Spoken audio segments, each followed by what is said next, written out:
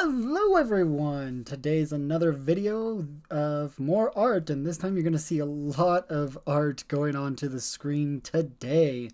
I'm going to actually be going through all of the different Swordtembers that we did this past month in September for the Swordtember Art Challenge, and I am really glad that I was able to do it this year. There was quite a theme at the first three, I think. There was a lot of purple that I used, whether it was in the lighting, the digitalized sword-esque part, or even the Evangelion-esque blade. And yes, I did reference Evangelion's Longinus spear. I forgot what that was, but yeah, these were fun, and I actually enjoyed this because these challenges help with building my portfolio as well as any other artist's portfolio. These can help you with building up the ideas that you need to work on to make props. And this one I actually enjoyed, and I am currently working on the Inktober prompt list, trying to catch up and see what I can do with that. I won't be doing many of these speed paints for the Inktober one. I might do a Draw With Me Inktober day, but I still enjoy doing prompt lists because it does give me an idea of what I can do to improve my art, or even give ideas of what I can do to make art and add to my portfolio. Now you're probably wondering, how exactly does one finish a prompt list like this every month? Now there's a couple ways that you can actually do that, finishing up these prompt lists. But the other way is to try keeping those creative juices going, and that's what these prompt lists are for, is to keep those movements in your brain of having that creative moving. But what if you get burnt out or other things? Well, that's why you always have, for me at least personally, what I do is I have a secondary sketchbook, or I have other projects going on at the same time. Yes, those projects won't be my main focus, which I do have a project coming up soon for you guys to enjoy. But with that, these help me work out ways to improve that one project or other projects while I'm working on these prompt lists. These are used necessarily as more of a warm-up that I use.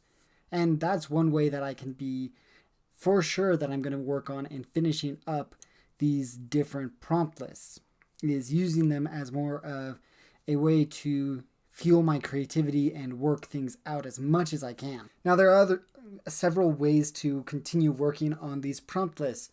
You can either go through the prompt list beforehand, which I tend to do, and try to figure out different stories and ways that they can implement with each other or interact with each other. The way that I did it this year was kind of different.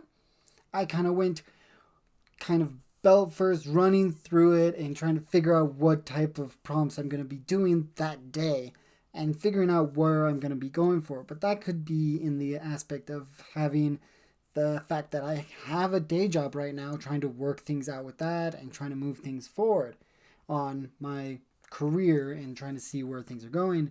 So I had to only use the time that I had to work on these props. So I wasn't able to think up these ideas as much as I could.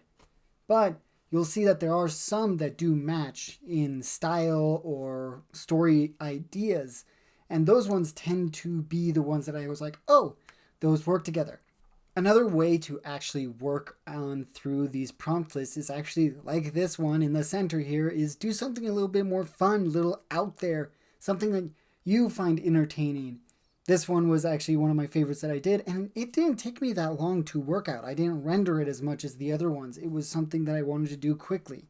The hand sword, the slapperoo.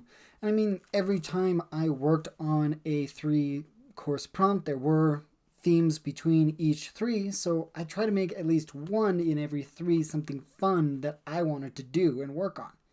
Now, this is only the second year that I've done Swordtember, and I mean, there's 2 other prompt lists that I'm planning to do this year, including Inktober, and even seeing what the Huevember prompt list is for November is going to be like.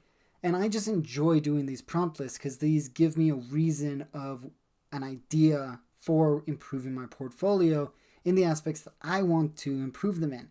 And you can do that too by being more specific about what you're looking for in your art. look at what you want to improve upon and see how these prompt lists can help you out with that. Is it your creativity? Is it your design? Is it your colors? This one and this year, I used this as more of an experiment for brushes and colors that I wanted to enjoy and work on. That continues with the next month's prompt list for Huevember, because I actually want to improve my color theory or my eye when it comes to color, because that can actually help me improve my portfolio with other aspects of my drawings or illustrations and designs. Now, I wouldn't recommend going buck wild and not looking at the prompt list before the month is up. I mean, I was even recommended to try working on the prompt list before the month of the prompt list, which that sounds fun, but that's way too much work just to do beforehand. But it all just depends on your motivation, your skill level, or what you're determined to do. And that's all different based on each person. So my recommendation is to actually work on the ways that you feel best, to figure out different ways or techniques that can be implemented for your art or these different prompt lists.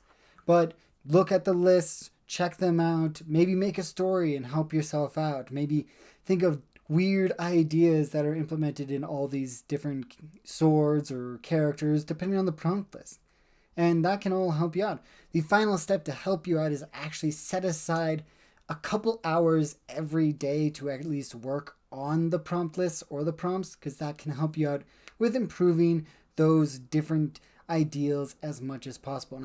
Now, if you made it this far through the video and enjoyed all the different swords and artwork that I did this month, please leave a like, and I want you to leave a comment with the sword emoji and which out of the 30 swords that I've done is your favorite.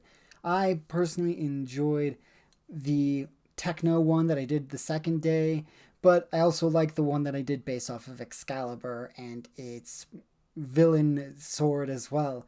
So let me know in the comments which one's your favorite, and I will see you guys again next time. Bye!